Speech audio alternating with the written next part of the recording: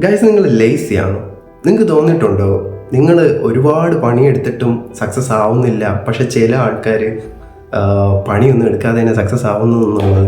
എന്നാൽ അത് അവരുടെ ലെക്കൊന്നുമല്ല, അവരവരുടെ ലേസിനെസ് എങ്ങനെ സ്ട്രാറ്റജിക്കലായിട്ട് യൂസ് ചെയ്യുന്നു എന്നുള്ളതുകൊണ്ടാണ്. ലോകത്ത് പല മാറ്റങ്ങളും കൊണ്ടുവന്നിട്ടുള്ള ആളുകളെല്ലാം ലേസി ആയിരുന്നു.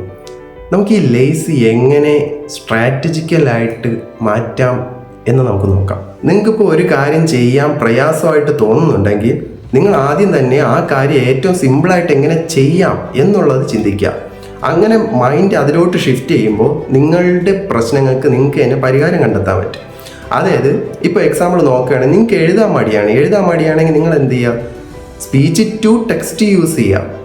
രണ്ടാമത്തെ കാര്യം എന്താണെന്ന് വെച്ച് കഴിഞ്ഞാൽ 10 കാര്യങ്ങൾ ചെയ്യാതെ ഏതെങ്കിലും ഒരു കാര്യം നല്ല എഫക്റ്റീവായിട്ട് ചെയ്യുക. നിങ്ങൾക്ക് അറിയാവുന്നുള്ള ഒരു വർക്ക് നല്ല എഫക്റ്റീവായിട്ട് ചെയ്യുക. അതാണ് ലേസിനെസ്സിൻ്റെ സ്ട്രാറ്റജി ആക്കേണ്ട രണ്ടാമത്തെ തന്ത്രം. മൂന്നാമത്തെ പരിപാടി എന്താണെന്ന് വെച്ച് കഴിഞ്ഞാൽ, നിങ്ങൾക്കിപ്പോൾ ഒരു കാര്യം ചെയ്യാൻ ടാസ്ക്കായിട്ട് തോന്നുന്നെങ്കിൽ മറ്റുള്ളവരെ ഹെൽപ്പ് ചോദിക്കുക. ഓക്കെ, നിങ്ങൾ തന്നെ ആ കാര്യം പൂർണ്ണമായിട്ടും ചെയ്യാതെ മറ്റുള്ളവരുടെ ഹെൽപ്പ് ചോദിക്കുക. സോ ഇങ്ങനെ ലേസിനെസ്സിനെ എങ്ങനെ സക്സസ്സിലോട്ട് എത്തിക്കാൻ പറ്റുമെന്നുള്ളത് ചിന്തിക്കുക. ഒരിക്കലും നിങ്ങൾ മടിയാണെന്ന് വിചാരിച്ച് നിങ്ങൾക്കൊന്നും ചെയ്യാൻ കഴിയില്ലെന്ന് ചിന്തിക്കരുത്. നിങ്ങളുടെ മടി തന്നെയാണ് നിങ്ങളുടെ സ്ട്രെങ്ത്. ഇപ്പോൾ നമ്മളൊരു എക്സാമ്പിൾ എടുത്ത് നോക്കുകയാണെങ്കിൽ, ലോകത്ത് റിമോട്ട് കണ്ടുപിടിച്ച ആൾ ഒരു മടിയനായിരുന്നു എന്നാണ് പറയണത്.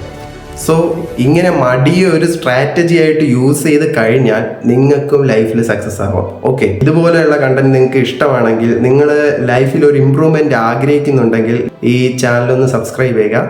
അപ്പോൾ ഓക്കെ, അടുത്ത വീഡിയോ കാണാം. ബൈ.